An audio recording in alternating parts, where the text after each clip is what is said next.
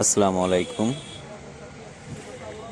চান রাত্রে আনুমানিক 3টা সাড়ে 3টার দিকে বাসায় গেছি আমার ছোট মেয়ের নতুন জুতা নিয়ে। তাকে ঘুম থেকে ডাক দিছি,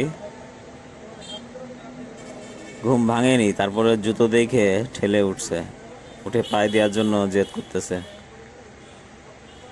পায়ে দিছে, হাঁটছে, খুব খুশি হয়েছে।